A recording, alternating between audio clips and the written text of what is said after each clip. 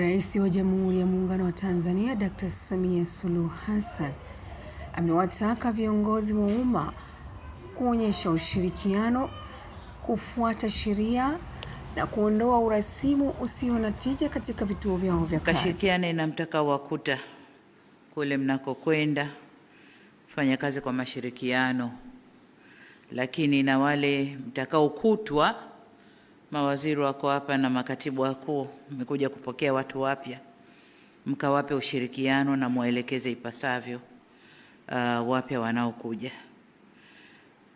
Kwa upande wa maelekezo mahsusi, Dr. Nagu, hongera. Tumekuweka nafasi hii.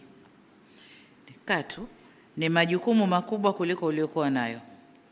Najua ulikuwa na majukumu makubwa, lakini haya ni makubwa zaidi. Kwa hiyo nadhani kwa kipindi kichache nilichokuweka nje kidogo ya majukumu, ingawa ulikuwa unaendelea na majukumu yako ya kawaida, utakuwa umesoma somo na kwamba utakwenda kutekeleza vyema majukumu yako hapa kama kiapo ulichokula hapa.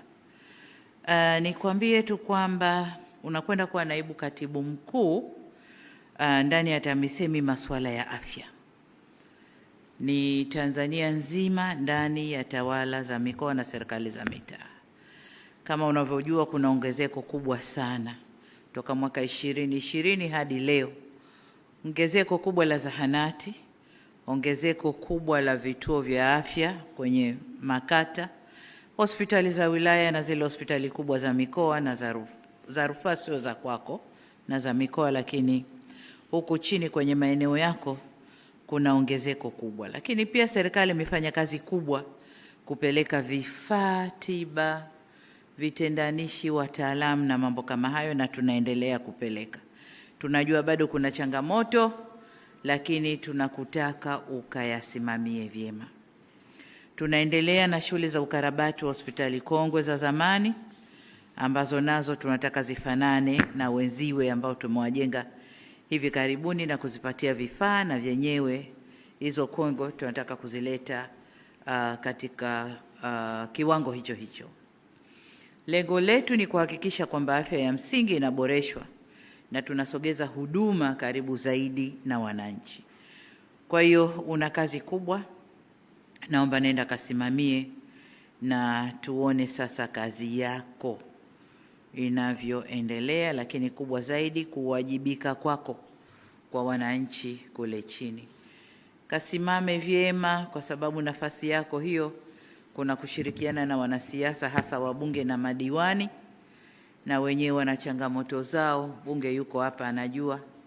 Kwa hiyo nenda kasimame vyema, shirikiana nao vyema katika kutatua changamoto wanazozileta. Linalowezekana ambaye tunaweza tutafanya, nenda kaone, kawatembelee. Lisilowezekana wape sababu ya maana kwa nini hilo haliwezekani. Lakini jitahidi kutafuta ufumbuzi wa shida za wananchi kule chini, na mkaondoe urasimu usio na tija kwa michakato ya manunuzi, na kajitahidini kuzingatia sheria. Hayo ni majukumu makubwa zaidi, Dr. Nagu, na ni imani yangu kwamba utakwenda kuyasimamia ipasavyo. Hayo yamejiri leo Ikulu jijini Dar es Salaam wakati akiwaapisha baadhi ya viongozi. Fatma Jalala, Kazi Inaongea.